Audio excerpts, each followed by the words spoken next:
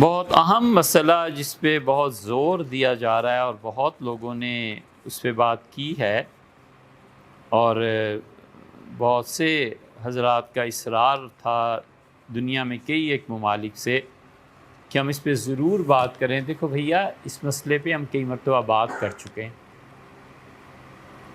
اس کے باوجود چونکہ مسئلے کا تعلق عقیدے سے ہے اور عقیدے میں یزید کا سیدنا حسین ابن علی رضی اللہ عنہ کا کیا مقام ہے، کربلا میں جو کچھ ہوا اس کے بارے میں یزید کے متعلق ہم لوگ کیا کہتے ہیں، اسے پھر عرض کرنا۔ یزید کا جو مسئلہ ہے، دیکھیے علماء جب بھی بات کرتے ہیں تو سب سے پہلے کتاب اللہ کو، پھر اس کے بعد حدیث کو، اور پھر اس کے بعد امت کے اجماع کو، اور پھر اس کے بعد قیاس کو، اور ہمیشہ وہ رجوع کرتے ہیں کہ عقیدے میں جو چیز قطعی ہے وہ کیا ہے۔ عقائد اور اعمال میں فرق ہے۔ اعمال میں یہ بھی گنجائش مل جاتی ہے کہ آپ ظہر کی 2 سنتیں پڑھ لیں 4 کی بجائے، ائمہ بہت سے اس کے قائل ہیں، لیکن عقیدہ جو ہوتا ہے وہ قطعی ہوتا ہے، اور عقیدوں میں ایسے اجتہاد بھی نہیں چلتا۔ عقیدہ اللہ ایک ہے یا نہیں ہے، حضرت رسالت پناہ صلی اللہ علیہ وسلم خدا کے آخری رسول ہیں یا نہیں ہیں، صحابہ کرام رضی اللہ عنہم مسلمان ہیں یا نہیں ہیں، قرآن اللہ کی کتاب ہے یا نہیں ہے۔ عقیدہ قطعی طور پہ طے شدہ بات ہوتی ہے۔ ایک کہتے ہی گرہ کو ہے، گرہ جب کسی چیز پہ باندھ دی جائے تو اس کو گرہ کو کھولنا مشکل ہو جاتا ہے۔ بہت سے لوگ اس طرح کس کے باندھتے ہیں کہ ہاتھوں کی لگائی ہوئی گرہیں دانتوں سے کھولنی پڑتی ہیں۔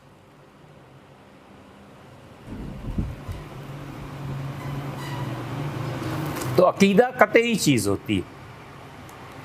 یزید کے بارے میں ہم اللہ کی کتاب کو کیوں نہ دیکھیں؟ اس سے بڑھ کر بھی کوئی چیز ہے جس سے ہمیں اپنا عقیدہ ثابت کرنا ہے۔ اللہ تعالیٰ نے سورہ قتال میں فرمایا ہے، اس سورت کا دوسرا نام سورہ محمد صلی اللہ علیہ وسلم ہے، 26ویں پارے میں آتی ہے۔ اللہ تعالیٰ نے فرمایا ہے کہ فَهَلْ عَصَيْتُمْ إِن تَوَلَّيْتُمْ، کیا ایسے نہیں ہے کہ اگر زمین میں تمہیں ہم حکمران بنا دیں اور تمہارا اقتدار قائم ہو جائے، ان تفسدوا فی الارض، تو زمین میں فساد تو نہیں مچاؤ گے، وتقطعوا ارحامکم، اور یہ نوبت تو نہیں آ جائے گی کہیں کہ تم اپنے رشتہ داروں کو قتل کرنے لگو۔ اگر کوئی حکومت ملنے پر زمین پہ فساد مچائے گا اور اپنی رشتہ داروں کو مارے گا، قتل کرے گا، تو اللہ نے فرمایا اولئک لعنہم اللہ فاولئک لعنہم اللہ، اللہ کی لعنت ایسے حکمرانوں پر پڑے، فاصمہم، اور بہرے ہو جائیں، واعمی ابصارہم، اور ان کی آنکھیں اندھی ہو گئی۔ یہ اللہ تعالیٰ نے ان حکمرانوں کے بارے میں کہا جنہیں حکومت ملی اور انہوں نے نہ اپنی رشتہ داریوں کا پاس کیا اور نہ فساد میں کوئی کمی چھوڑی۔ اس امت میں سب سے پہلا آدمی یزید تھا جس نے یہ ساری حرکتیں کی، اور اسی بنا پر اس آیت کی تفسیر آپ دیکھیے اٹھا کے، اس آیت کی تفسیر امت میں یہ جتنے سمجھنے والے تھے یہ گمراہی گزرے۔ اگر یہ پچھلے مفسرین گمراہ تھے تو پھر اللہ ہی حافظ ہے اس دین کا۔ امام احمد ابن حنبل رحمۃ اللہ علیہ نے اس آیت کو پڑھا، اور امام احمد ابن حنبل رحمۃ اللہ علیہ نے کہا کہ میں کیسے اس پہ لعنت نہ کروں جس پہ اللہ لعنت کرتا ہے قرآن میں، اور انہیں یزید پہ لعنت کی، امام احمد ابن حنبل رحمۃ اللہ علیہ۔ اور انہوں نے فرمایا یہ جملہ وَهَلْ يُحِبُّ يَزِيدُ أَحَدٌ يُؤْمِنُ بِاللَّهِ وَالْيَوْمِ الْآخِرِ، کوئی بھی مسلمان جس کا اللہ پہ اور آخرت پر ایمان ہے کیا یزید سے محبت کرے گا؟ پھر دوسری جگہ امام احمد ابن حنبل رحمۃ اللہ علیہ نے کہا، انہوں نے کہا لِمَ لَا يُلْعَنُ لَعَنَهُ اللَّهُ فِي کتابِ، میں اس شخص پہ کیسے لعنت نہ کروں جس پہ اللہ نے لعنت کی ہے، اور پھر یہی آیت پڑھی۔ یزید سے پہلے کس نے حکمران بننے پر اپنے رشتہ داروں کو شہید کیا اور زمین میں فساد مچایا؟ یہ پہلا آدمی تھا، اور یہ لعنت کرنے والا کوئی معمولی انسان نہیں ہے۔ امت کا ایک بہت بڑا حصہ اب تک ان کی پیروی اور تقلید میں چلا آتا ہے۔ عقیدے کی کتابوں میں آپ کوئی کتاب نہ پڑھیے اس آیت کی تفسیر میں، روح المعانی کو اٹھا لیجئے۔ روح المعانی کو لکھنے والے شہاب الدین آلوسی رحمۃ اللہ علیہ عثمانی سلطنت کی طرف سے بغداد کے قاضی تھے۔ بغداد جو علم کا مرکز اور گڑھ تھا، اس میں اتنا بڑا مقام ان لوگوں کو حاصل تھا۔ شامی کو، ان کو، یہ آخری دور کے لوگوں میں سے 13ویں صدی کے لوگوں میں سے ہیں۔ انہوں نے اس آیت کریمہ کے تحت جو کچھ یزید کے بارے میں لکھا ہے، ہم اہل السنہ کا وہی موقف۔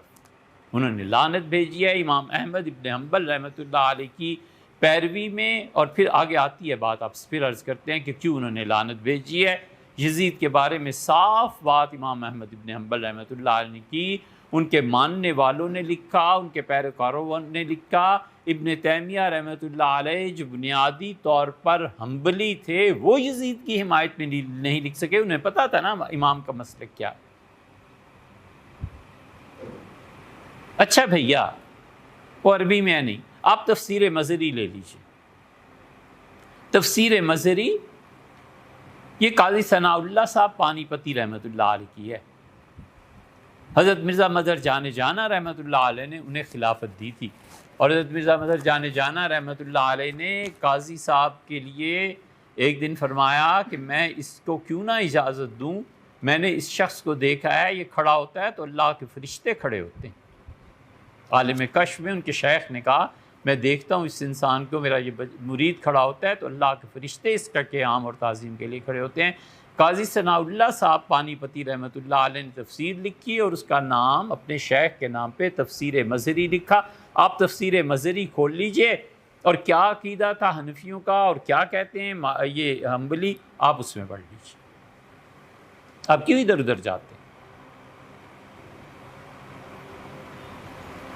قاضی صاحب کو اتنا اعتماد تھا کہ وفات سے پہلے خط لکھا ہے پانی پت دلی سے، اور لکھا ہے کہ میں اپنی اہلیہ کو آپ کے پاس بھیج رہا ہوں، اور ان کے بھی حقوق بنتے ہیں، جیسے میرے حقوق تم پہ بنتے تھے، تو مظہر ان کا خیال رکھنا، اور یہ ذرا زبان کی ہیں ایسے تو برداشت کرنا۔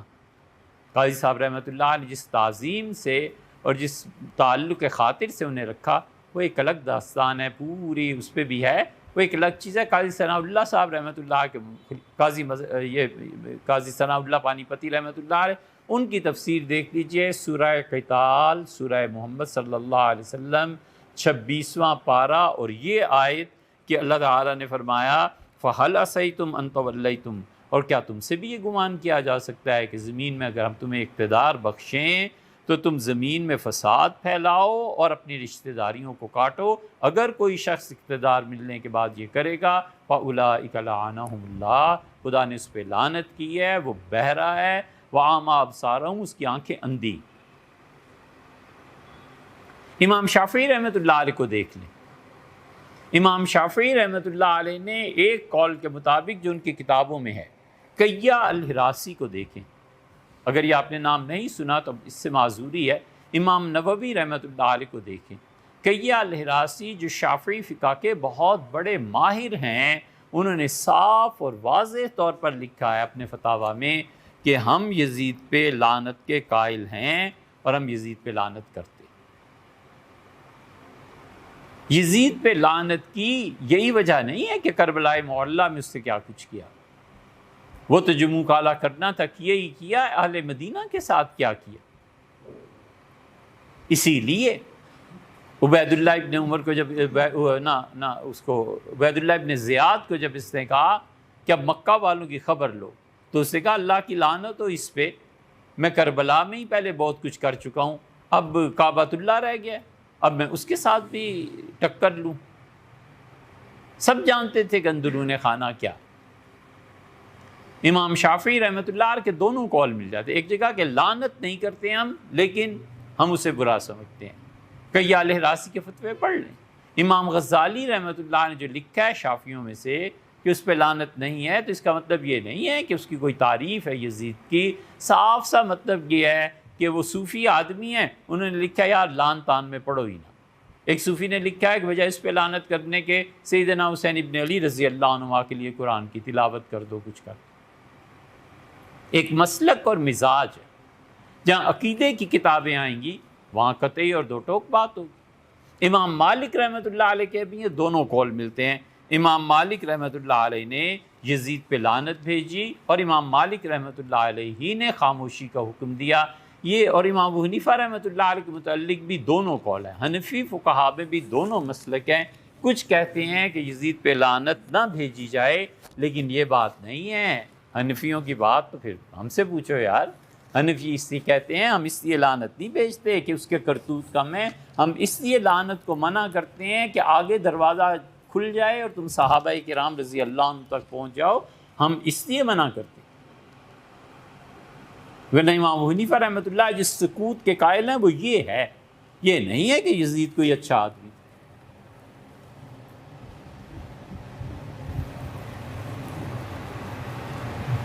حدیث میں اس کے کرتوت آئے، حدیث میں صاف آتا ہے کہ جو لوگ اس کے پاس ملنے گئے تھے انہوں نے آ کے توبہ کی، انہوں نے کہا وہ تو شراب پیتا ہے، نماز نہیں پڑھتا، یہ فاسق آدمی۔ کربلا کے واقعے کے بعد اب یہ حدیث کی طرف آؤ نا، یہ سب ناسبی ہیں، اسلام آباد کے اکثر مولوی ناسبی ہیں اور ان پڑھ ہیں، پڑھے لکھے جو نہیں، اب کیا کیا جائے؟ ان کا وتیرہ یہ ہے کہ یزید ہمارا رہنما ہے۔ ام المومنین حضرت عائشہ رضی اللہ عنہا کی جو عمر نکاح کے وقت حضور صلی اللہ علیہ وسلم کے ساتھ تھی، صحیح بخاری میں ہے، ان حدیثوں کو نہیں ماننا۔ ترمذی میں بنو امیہ کے متعلق ان کی مذمت میں جو احادیث آئی ہیں ان کو بھی نہیں ماننا۔ یہ سب حدیث کا انکار ہے۔ اصل فتنہ یہ ہے کہ حدیث ان کے خلاف جاتی ہے۔ صحیح بخاری میں آیا ہے، اب اس حدیث کا کیا کرنا ہے آپ نے؟ قرآن کریم کی آیت بتا دی، اس حدیث کا کیا کرنا ہے؟ صحیح بخاری میں آیا ہے کہ سیدنا حسین ابن علی رضی اللہ عنہ کا سر کاٹ کر جب عبداللہ ابن زیاد کے سامنے لایا گیا تو عبیداللہ ابن زیاد چھڑی ہاتھ سے لے کے کبھی ان کے ناک میں ڈالتا تھا، کبھی ان کے منہ میں ڈالتا تھا، اور جملے کہتا تھا، کیا کہتا تھا؟ اچھا یہ خوبصورت ہے، اچھا یہ حسین ہے۔ یہ کفر نہیں ہے تو اور کیا ہے؟ حتیٰ کہ انس بن مالک رضی اللہ عنہ اٹھے اور کہتے ہیں میں نے اسے سمجھایا، منع کیا، میں نے کہا نہ کر، حضور صلی اللہ علیہ وسلم جسے کبھی تو چھڑیاں لگا رہا ہے نا، مار رہا ہے اس سر کو، حضور صلی اللہ علیہ وسلم بوسہ دیا کرتے تھے، تب وہ شرمندہ ہو۔ ابو برزہ رضی اللہ عنہ آئے ہیں، یہ ابو داؤد کی روایت ہے، ان حدیثوں کو کہاں لے جانا ہے یار؟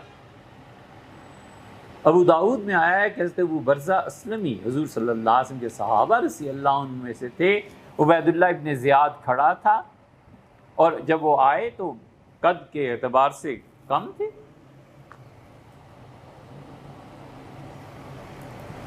عبیداللہ بن زیاد کہنے لگا جی اجیکم محمدی آدھا، یہ تمہارا محمدی آ گیا ہے ٹھگنا۔ انہوں نے کہا فو، مجھے نہیں پتا تھا کہ اس امت میں یہ وقت بھی آئے گا کہ حضور صلی اللہ علیہ وسلم کی صحبت میں جو لوگ بیٹھے ہیں ان پر تنقید کی جائے گی اس لیے کہ ہم محمدی ہیں، ان کی صحبت اٹھائی ہے۔ کہ مجھے نہیں پتا تھا کہ یہ دن بھی مجھے دیکھنے پڑیں گے۔ یہ ان کے کرتوت تھے۔ عبیداللہ ابن زیاد کو کیا سزا دی تھی یزید نے؟ اسے نہیں پتا تھا کس سے قتل کیا ہے۔ جتنوں نے کربلا میں ظلم کیا ہے، کسی ایک شخص کو بلا کر اس نے نہیں پوچھا یزید نے کہ تم کیا کیا۔ اس لیے جو ہمارے بڑے بڑے شیخ الاسلام اور یہ حضرات آج کل فرما رہے ہیں نا کہ یزید اس قتل میں ملوث نہیں تھا، کوئی روایت نہیں ملی، تو حضرت یہ روایت تھوڑی ہے کہ عبیداللہ ابن زیاد کو بلا کے کیوں نہیں پوچھا کہ کیا کرتوت تم نے کر دی؟ اس وقت پورے عالم اسلام میں قاضی شریعت کے مطابق فتوے دیتے تھے، قضاء کا نظام جاری تھا، سب کو پتا تھا کہ اگر کسی نے بھی اس پہ بولا تو اگلے دن وہ دنیا میں نہیں۔ حدیث کو کہاں لے جاؤ گے یار؟ ام المومنین ام سلمہ رضی اللہ عنہا سوتے میں اٹھ بیٹھی عبداللہ یہ مدینہ منورہ میں اور وہاں مکہ مکرمہ میں. اس حدیث پہ تو پھر بھی بحث ہو سکتی ہے جو ام المومنین سلمہ رضی اللہ عنہ کی، اس پہ کیا بحث کرنی ہے جو اس پہ عبداللہ ابن عباس رضی اللہ عنہ مدینہ منورہ میں اٹھ بیٹھے، دونوں نے ایک جیسا خواب دیکھا. عرض کیا گیا کیا ہوا؟ انہوں نے کہا حضور صلی اللہ علیہ وسلم خواب میں دیکھتا ہوں یا دیکھتی ہوں، پگڑی بھی نہیں ہے، بال بکھرے ہوئے ہیں اور چہرہ مبارک پہ مٹی کے اثرات ہیں، ہاتھ میں ایک برتن ہے. یہ مسند احمد میں بھی آئی ہے، نکالو ان حدیث کو. ہاتھ میں ایک برتن ہے شیشے کا اور جگہ جگہ جمع ہوا خون ہے زمین میں، مٹی میں ملا ہوا، اسے اٹھا اٹھا کر ڈال رہے ہیں. تو میں نے پوچھا اللہ کے رسول آپ کو کیا ہو گیا ہے؟ فرمایا تمہیں نہیں پتا، ہم کربلا آئے ہیں حسین کا خون اٹھا. روح مبارکہ تک اس واقعے کا، اس سانے کا اثر پہنچا. ان احادیث کو نکال دیں پھر اہل سنت کی کتابوں میں سے. حافظ ابن حجر رحمۃ اللہ علیہ کی لسان المیزان اٹھاؤ اور تذکرہ پڑھو ان سب کا. عمر بن عبدالعزیز رحمۃ اللہ علیہ کے تذکرے میں حافظ جی نے رحمہ اللہ ایک جگہ لکھا ہے، انہوں نے کہا ایک شخص نے عمر بن عبدالعزیز رحمۃ اللہ علیہ کے سامنے یزید کو امیر المومنین کہہ دیا. عمر بن عبدالعزیز رحمۃ اللہ علیہ نے 20 کوڑے مروائے اور کہا یزید کو امیر المومنین کہتے ہو؟ اب چھوڑ دیں حدیث کی کتابوں کو بھی، یہ پورا گروہ ہے جنہیں حدیث کی بےخونی کرنی. کچھ اعلی کار ان کے بن گئے ہیں، پڑھا لکھا کچھ ہے نہیں، کتابوں تک رسائی وہ اور جہان ہے، ان کا جہان اور. اب ان کو بھی چھوڑ دیں. اب خود سوچیں کہ کتاب و سنت کے بعد ائمہ اربعہ بیٹھے بحث کر رہے ہیں ایک آدمی کے بارے میں کہ یہ کافر ہے کہ مسلمان ہے. کوئی اٹھ کے پوچھے حضرت گناہ گار بھی تھا تو کہے گا نا کوئی کہ میاں دماغ درست ہے، ہم تو اس کے کفر اسلام کے مسئلے پہ بحث کر رہے ہیں کہ کافر تھا یا مسلمان تھا، اور تم کہتے ہو گناہ گار بھی تھا. وہ شدید گناہ گار انسان تھا، اسی لیے تو اس کے کفر اسلام کی بحث آئی. یزید نے کیا کیا تھا اہل بیت کرام رضی اللہ عنہ کے ساتھ؟ کانپتے تھے. حضرت سید الساجدین زین العابدین رحمۃ اللہ علیہ رہ گئے تھے اور وہ مدینہ منورہ میں تھے. بڑے دانا، بڑے اللہ کو یاد کرنے والے، خدا کے لیے بڑی عبادت کرنے والے، علوم کے وارث. اپنے دادا کا علم ان کے پاس تھا، اپنے والد کا علم ان کے پاس تھا، اپنے بڑے ابا کا علم ان کے پاس تھا. ان جیسی ہستی کون تھی؟ زین العابدین رحمۃ اللہ علیہ مدینہ منورہ میں. وہ سمجھ گئے 19-20 سال کے لڑکے تھے، مدینہ منورہ پہنچے اور نے اپنے سارے خاندان کو جمع کیا. سیدنا حسن رضی اللہ عنہ کی اولاد کو بھی، یہ ایک آدمی بچ گیا تھا کربلا میں. اگر وہ شہید اس دن کر دیے جاتے، یہ آئے تھے سارے مارنے کے لیے انہیں. پھر ایک فوجی نے دوسرے کو احساس دلایا، اس نے کہا نہ کرو یار، یہ حسین کا بیٹا بیچارہ بیمار ہے، چھوڑ دو، ورنہ انہوں نے تو حسینیوں کا خاتمہ کر دیا تھا. وہ آئے مدینہ منورہ اور نے سب کو جمع کیا اور انہوں نے کہا بچوں، حکومت کا مسئلہ نہیں، ہم میں سے آئندہ کوئی حکومت سے ٹکر نہیں لے گا، اپنا علم کا کام کرو. اللہ ہی کو منظور نہیں ہے کہ ہمارے ہاں حکومت اور علم دونوں چیزیں جمع ہو جائے. یزید کا لشکر، یزید اہل مدینہ نے سنا جابر ابن عبداللہ رضی اللہ عنہ زندہ تھے. جابر ابن عبداللہ وہ آدمی ہیں جن کو رسول اللہ صلی اللہ علیہ وسلم نے فرمایا دیکھو اس کے حسین رضی اللہ عنہ ان کے ہاں اولاد ہوگی، اور پھر میرا ایک پڑپوتا آگے چل کے جعفر آئے گا. امام باقر رحمۃ اللہ علیہ، بقرہ عربی میں کہتے ہیں یہ جو بیل زمین پہ پاؤں مارتا ہے نا، اس عمل کو امام باقر رحمۃ اللہ علیہ کو باقر اس لیے کہا گیا کہ وہ جستجو کرتے تھے علم کی. زمین کے نیچے بھی کہیں علم تھا تو اسے بھی اٹھا لاتے تھے. حضور صلی اللہ علیہ وسلم اس سے میرا سلام کہنا. یہ حنفی فقہ کی عقیدے کی کتابوں میں لکھا ہوا ہے. حضرت جابر بن عبداللہ تشریف لے گئے اور جا کر امام باقر رحمہم اللہ ان سے کہا کہ حضور صلی اللہ علیہ وسلم امانت دی تھی، بیٹے پہنچانے آیا ہوں، تم حسین کے پوتے ہو. تو حضور صلی اللہ علیہ وسلم اپنے جد امجد کا سلام تمہیں پیش کرتا ہوں، حضرت نے تمہارے متعلق فرمایا تھا۔ زین العابدین رحمۃ اللہ علیہ نے کہا کوئی حکم، اس لیے پہلے جابر بن عبداللہ اور ان لوگوں نے کہا، اور حضرت ابو سعید خدری رضی اللہ عنہ ہیں، کتنے نام گنوائے صحابہ کرام رضی اللہ عنہ کی اولاد ہے، انہوں نے کہا اگر کربلا کے واقعے پہ تم نے احتجاج نہ کیا اور اس مدینہ سے ان حکمرانوں کو نکال نہ دیا تو اللہ کی قسم پتھر برسیں گے، خدا مارے گا تمہیں، اٹھو اور کام کرو۔ احتجاج ہوا، یزید نے فوج بھیج دی، اور جو فوج بھیجی ہے سینکڑوں تابعین کو انہوں نے قتل کیا ہے، مسجد نبوی میں نماز بند کر دی، اور عورتوں کا تو جو حشر ہوا ہے وہ سارا آپ کی حدیث کی کتابوں میں ہے، اس کو کیا کرنا ہے؟ باب الکرامات مشکات شریف کا کھول لیجئے، مشکات میں جہاں کرامتوں کا باب آتا ہے وہاں پہ صاحب مشکات اس حدیث کو لائے ہیں کہ حضرت رسالت مآب صلی اللہ علیہ وسلم کے حجرہ مبارکہ پہ یہ رہتے تھے سعید ابن مسیب رحمۃ اللہ علیہ، اور سعید پر پورے پکے نمازی مسجد نبوی کے۔ تو کسی نے پوچھا حضرت ان 3 دنوں میں جب مسجد نبوی شہید ہو رہی تھی بند تھی کیا؟ انہوں نے کہا حضور صلی اللہ علیہ وسلم کی قبر سے اذان کی آواز سنتا تھا اور اس کی نماز پڑھ لیتا۔ اس حدیث کو بھی اڑا دو بیچ میں سے، کہاں جائیں گے حدیث کو چھوڑ کے؟ یزید نے اس موقع پہ حضرت زین العابدین رحمۃ اللہ علیہ تشریف لائے، پہلے ہی دن جب فوج داخل ہوئی ہے انہوں نے کمانڈر سے آ کے کہا کہ ہمارا کوئی تعلق نہیں ہے، جو اہل مدینہ بغاوت کر رہے ہیں آپ جانے وہ جانے، میں نے اپنے دروازے بند کر دیے، اس لیے کہ وہ جانتے تھے کہ اب ہم 2-4 ہی تو رہ گئے ہیں، اگر ہم بھی قتل ہو گئے تو ہماری عورتوں کو کون محافظ ہو؟ اور ایسے ہی نہیں آ گئے، اس قدر ظلم کیا ہے یزید نے۔ جو فوج بھجوائی تھی اس نے کہا زین العابدین کا ذرا خیال کر لینا، باقی کسی کو نہ چھوڑنا۔ وہ لوگوں نے لعنت ملامت کی نا یزید پہ کہ یہ کیا کیا ہے، اہل بیت کرام رضی اللہ عنہ کے خون سے ہاتھ رنگے، اس نے وصیت کر دی، اس وصیت۔ اور زین العابدین رحمۃ اللہ علیہ تشریف لائے ہیں، مروان ایک طرف تھا، اس کا بیٹا عبد الملک ایک طرف تھا، اور اس نے کمانڈر سے کہا کہ مجھے پانی پلاؤ، تھے تو سب ایک ہی، اس سے پانی منگوا کے اسے دے دیا مروان کو۔ مروان نے کہا زین العابدین تم پانی پی لو، وہ سمجھ گیا، مسلم اس کا نام تھا کمانڈر کا، اس نے کہا زین العابدین تم پانی پی لو، جب پیو گے تو تم میرے مہمان بن جاؤ گے، اور عربوں کی روایت کے خلاف ہے کہ اپنے مہمانوں کو تنگ کریں، پی لو۔ جب پی لیا تو اس نے کہا اگر یہ پانی نہ پیا ہوتا اور امیر المومنین یزید نے مجھے نہ کہا ہوتا کہ میں تمہارا خیال کروں تو میں تو تمہارا بھی سر اڑا دیتا۔ یہ سب یہی تھا، خون کی ہولی کھیلی جا رہی۔ اسی لیے یہ بات نہیں ہے کہ صحابہ کرام رضی اللہ عنہ سیدنا حسین ابن علی رضی اللہ عنہ کے ساتھ نہیں تھے، اخبار الطوال آپ پڑھ لیں، عبداللہ ابن عباس تھے، عبداللہ ابن زبیر تھے، سیدنا انس تھے، یہ سب لوگ ساتھ تھے حسین ابن علی رضی اللہ عنہ کے، کہتے تھے حضرت ہمارا موقف یہ ہے کہ ٹکراؤ سے کچھ ہوگا نہیں۔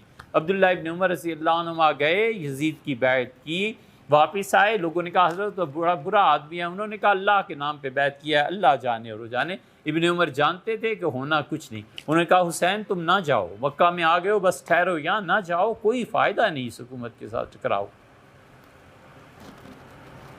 مسنگ پرسنز ہو جاتے ہیں نا۔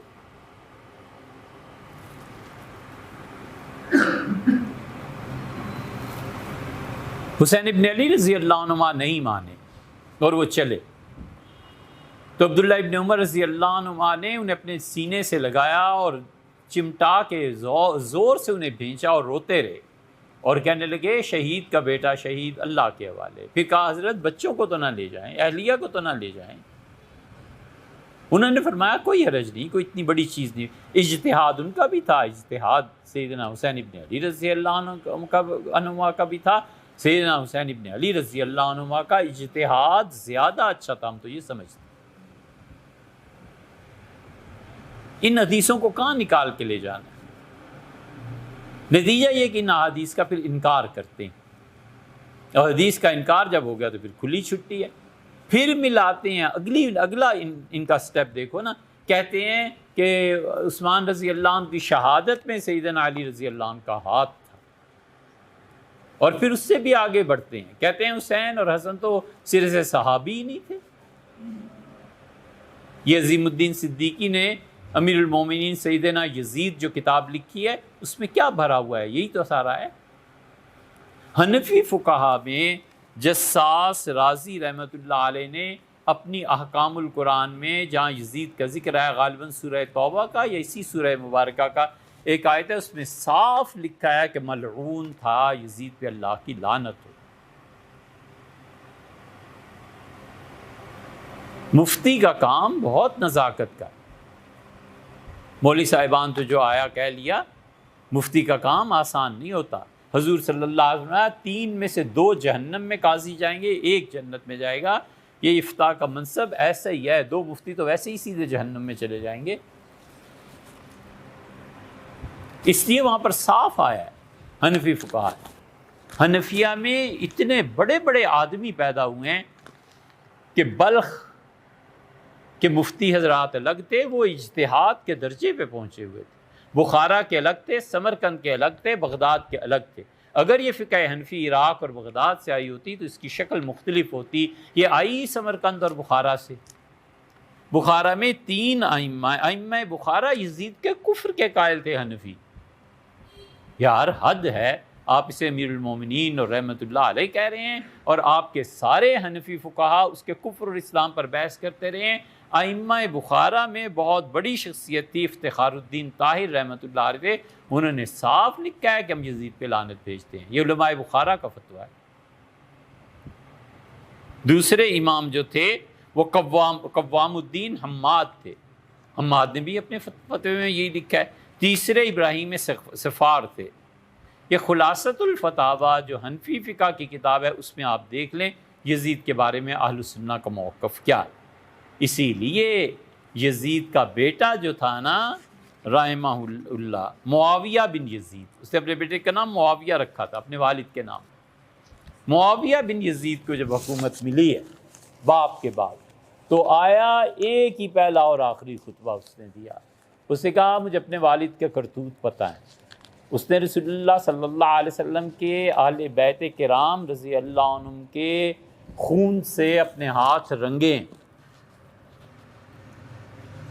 اور اگر یہ خیر کی بات ہے حکومت تو ہمارے ہاں بہت خیر آ گیا، ہم بھائیوں نے بہت مزے کر لیے حکومت کہ اگر یہ شر ہے تو ہم اللہ کی پناہ مانگتے ہیں، میرے باپ نے جو کچھ کیا ہے وہی کوئی حساب کتاب ہو جائے تو کافی ہے، لوگوں یہ خلافت کسی اور کو دو، میں چلتا ہوں، یہ کہہ کے چلے۔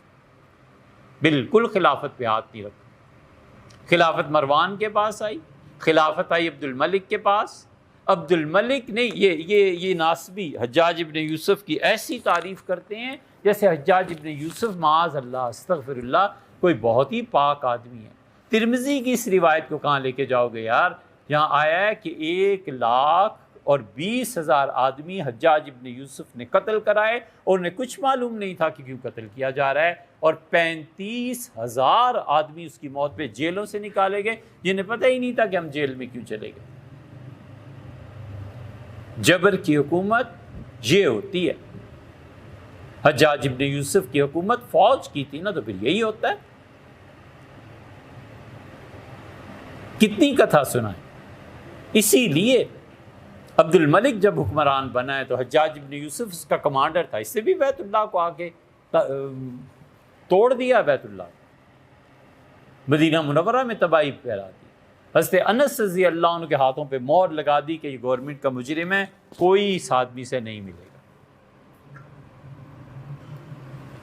ابن عمر رضی اللہ عنہ طواف کر رہے تھے، یہ حدیث میں آیا ہے بخاری کی شروع میں، حجاج ابن یوسف نے نیزہ مارا، وہ دھکا لگ گیا اور نیزے میں زہر لگا ہوا تھا، وہ زہر پھیلا، اور عبداللہ ابن عمر رضی اللہ عنہ سے پھر آیا پوچھنے کے حضرت کیسی طبیعت ہے، تو انہوں نے کہا کہ مارتے ہو اور پھر پوچھتے ہو کہ کیسی طبیعت۔ ابن عمر رضی اللہ عنہ شہید ہو گئے۔ یہ جو عبد الملک تھا اس نے حجاج کو لکھا، اس نے کہا دیکھو بنو امیہ کے خلاف جو بغاوتیں ہو رہی ہیں تم لوگوں کو تلوار کے نیچے لٹا دو، لیکن علی کی اولاد پر ہاتھ نہ ڈالنا، یہ بنو ہاشم جو ہے نا ان کے خون پہ ہاتھ نہ ڈالنا۔ میں نے دیکھا ہے بنو ہاشم کے خون پہ، فاطمہ رضی اللہ عنہ کی اولاد پہ جس نے ہاتھ ڈالا ہے اس کی حکومت تباہ ہو گئی ہے۔ یزید اسی لیے تباہ ہو گیا کہ اس نے حسین ابن علی رضی اللہ عنہ کے ہاتھ میں خون رنگ دیا۔ آپ اس حدیث کو کہیں لے جا سکتے ہیں؟ ترمذی کھولیں، 10 محرم ہی کو یہ سیدنا حسین ابن علی رضی اللہ عنہ کو شہید کیا ہے نا، سن 67 ہجری میں 10 محرم ہی کو عبید اللہ ابن زیاد مارا گیا۔ عبید اللہ ابن زیاد اور اس کے ساتھ جنہوں نے کربلا میں حصہ لیا تھا نا، کمانڈر سر لائے گئے، اور وہ کہتے ہیں کہ سر ان کے بھیجے گئے۔ سر جب رکھے گئے دمشق کی مسجد میں تو کھولا گیا وہ تھیلا جس میں سر آئے ہوئے تھے، تو شور مچ گیا کہ سانپ آ گیا، سانپ آ گیا۔ کہتے ہیں ہم نے پھینک دی۔ عبید اللہ ابن زیاد کے یہ جو حلق ہے اس سے سانپ داخل ہوا اور اس کے اندر رہا سر میں، اور پھر وہ ناک سے باہر چلا گیا، اور پھر شور مچ گیا، سر رکھ دیے گئے، سانپ آ گیا، سانپ آ گیا، اور پھر اس نے یہی کیا، ڈستا تھا اس عبید اللہ ابن زیاد کے سر پہ۔ اس حدیث کو نکال دو، ہم نے آپ کو بتا دیا کہ کتاب اللہ دیکھ لیں، اس کی تشریح، احادیث پڑھ لیں، اس کی تشریح دیکھ لیں، ائمہ مجتہدین کے فتاویٰ دیکھ لیں، اور آپ بالکل اپنے قریب کے 3 آدمیوں کو دیکھ لیں۔ 3 چھوٹے چھوٹے جملے آپ سے حضرت مجدد الفسانی سرہندی رحمۃ اللہ علیہ نے اپنے مکتوبات شریف میں لکھا ہے۔ حضرت مجدد رحمۃ اللہ علیہ نے لکھا ہے کہ الزمرہ فسقہ، فاسق آدمی تھا، ہم لعنت بھیجنے کی اجازت اس لیے نہیں دیتے کہ آگے نہ مسئلہ چلا جائے، وگرنہ یہ یزید پلید کے لفظ لکھے ہیں۔ اس زمانے میں ہالینڈ کے لوگ آئے ہوئے تھے، فرنگی، بر صغیر اور ہالینڈ کے درمیان بحری جنگیں جاری تھیں۔ حضرت مجدد رحمۃ اللہ نے لکھا ہے کہ کار کند اس نے وہ کرتوت کیے کربلا میں اور مدینہ منورہ میں، ہیچ کافر فرنگ نہ کردن، کسی فرنگی کافر نے وہ کام نہیں کیا جو اس یزید نے کیا۔ حضرت شاہ ولی اللہ کا بھی سنا دیں، شاہ ولی اللہ رحمۃ اللہ علیہ کی کتاب ازالۃ الخفا پڑھ لیں، شاہ صاحب نے صاف لکھے ہیں اس کے کرتوت، اور اسے فاسق قرار دیا۔ حجت اللہ البالغہ پڑھ لیں، اس میں بھی ہے۔ آخری حوالہ دیں شاہ عبدالعزیز صاحب محدث دہلوی رحمۃ اللہ۔ شاہ عبدالعزیز صاحب محدث دہلوی رحمۃ اللہ نے لکھا ہے کہ دنیا میں ایسے بدبخت بھی ہوتے ہیں جو انبیاء علیہ الصلوۃ والسلام کو قتل کر دیتے ہیں، ائمہ کرام کو قتل کرتے ہیں، اللہ کے اچھے بندوں کو قتل کرتے ہیں، جیسے یزید اور اس کے ماننے والے شاہ عبدالعزیز صاحب رحمۃ اللہ علیہ کے۔ اور میاں ان عقیدے کی چیزوں میں، حتیٰ کہ اعمال کی چیزوں میں استخارے نہیں ہوا کرتے کہ ہم استخارہ کرنا شروع کر دیں کہ فاتحہ سے پہلے بسم اللہ پڑھیں یا نہ پڑھیں، عقیدے میں استخارہ شروع کر دیں کہ قرآن پورا ہے یا نہیں، میرے لا حول ولا قوت الا باللہ۔ یہ تو قطعی بات ہوتی ہے کہ عقیدہ یہ ہے یا نہیں۔ اس لیے ہمارا صاف عقیدہ ہے جو ہمارے اسلاف کا تھا، جو حنفیوں کا تھا، ماتریدیوں کا تھا، دلائل کی بنیاد پہ تھا کہ یزید فاسق ہے، اور اگر کوئی آدمی اس پہ لعنت کرتا ہے تو وہ گناہگار نہیں ہوتا۔